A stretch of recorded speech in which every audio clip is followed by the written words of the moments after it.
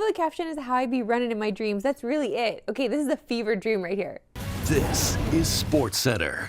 Hey, I'm Marissa Roberto, and we're heading back to Vegas tonight. And by we, I mean the Buds are taking on the Stanley Cup champs in the second half of a back-to-back. And there's a lot to go over with this Leafs team right now. But let's start with Poppy because he scored his 50th goal in just 54 games last night.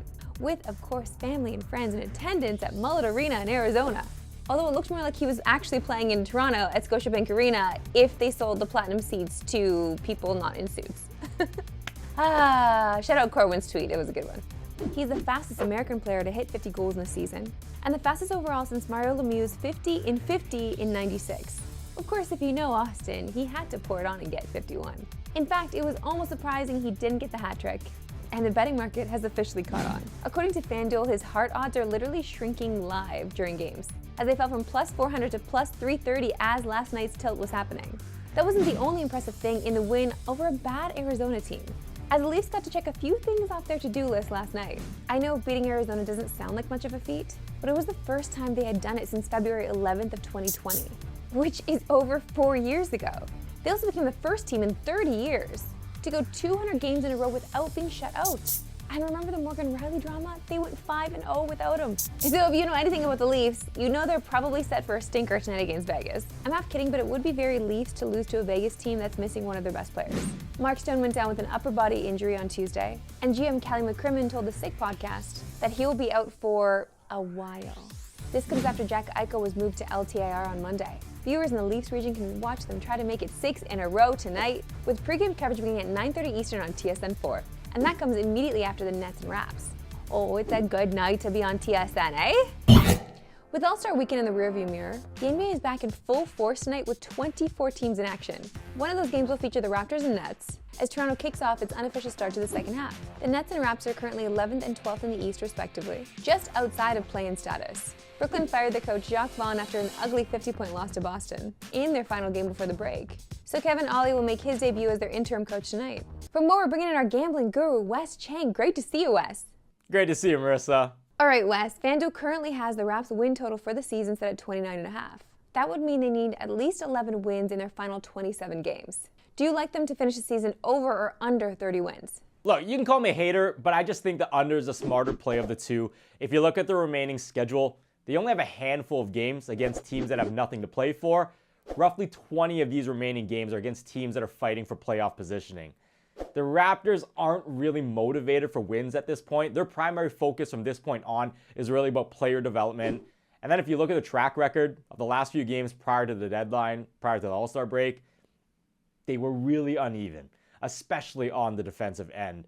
So even though this all sounds negative, it's actually a positive thing because if the Raptors drop a spot or two in the standings, it just brings them one step closer to that top 6 protected pick they have in this upcoming draft. Okay, so we know what you think about their prospects for the rest of the season. But what's your best bet for tonight? I like Mikal Bridges to go over 22.5 points, which is the line set on FanDuel. At the deadline, Brooklyn stood pat. Even though Mikal's in a bunch of rumors, it tells you they're focused on developing him moving forward. But this bet has a lot to do with Ben Simmons. He returned to the lineup 9 games ago. He's only played in 6 of them. In those 6 games, Mikal averaged 25 points per game.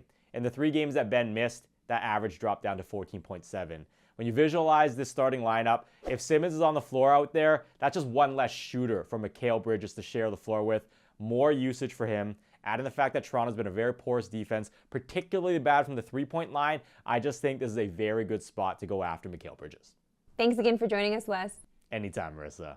Tonight also marks the return of Dennis Schroeder after he was traded to Brooklyn before the deadline. You can catch tonight's game at 7 Eastern on TSN4, leading right into coverage of the Leafs and the Golden Knights in the Leafs region. Time now for my favorite segment and yours, Why We Love Sports Today. Why we love sports today. Now, we started the show off with a dog video, which is pretty par for the course around here, because this show is very pro-dog. But that doesn't mean we don't have love for their arch rivals, as these kitties are a little more coordinated than the pup who opened the show. Oh, they put catnip. Oh, jeez. Oh.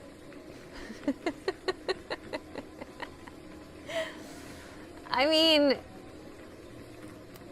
okay, this is adorable and a little mean with a catnip there, but I thought cats were smarter than this. I thought cats were smarter than this. You're not giving me what I want. You're not giving me what I want. I wanted a little more clever, you know? Give me clever, not so cool. For the record, I love dogs and cats equally. I truly do. I've had both in my life, but yeah, gotta be a little smarter than that. The dog wins the show today. The Super Bowl just ended and the draft is a little over 2 months away. So you would think this would be a quiet time in the NFL. But think again with this league.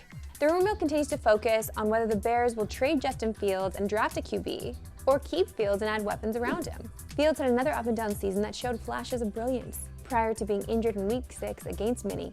Fields completed over 60% of his passes for 11 TDs and 5 picks. That was good for a 95.4 passer rating, but those numbers dropped off significantly when he returned from injury.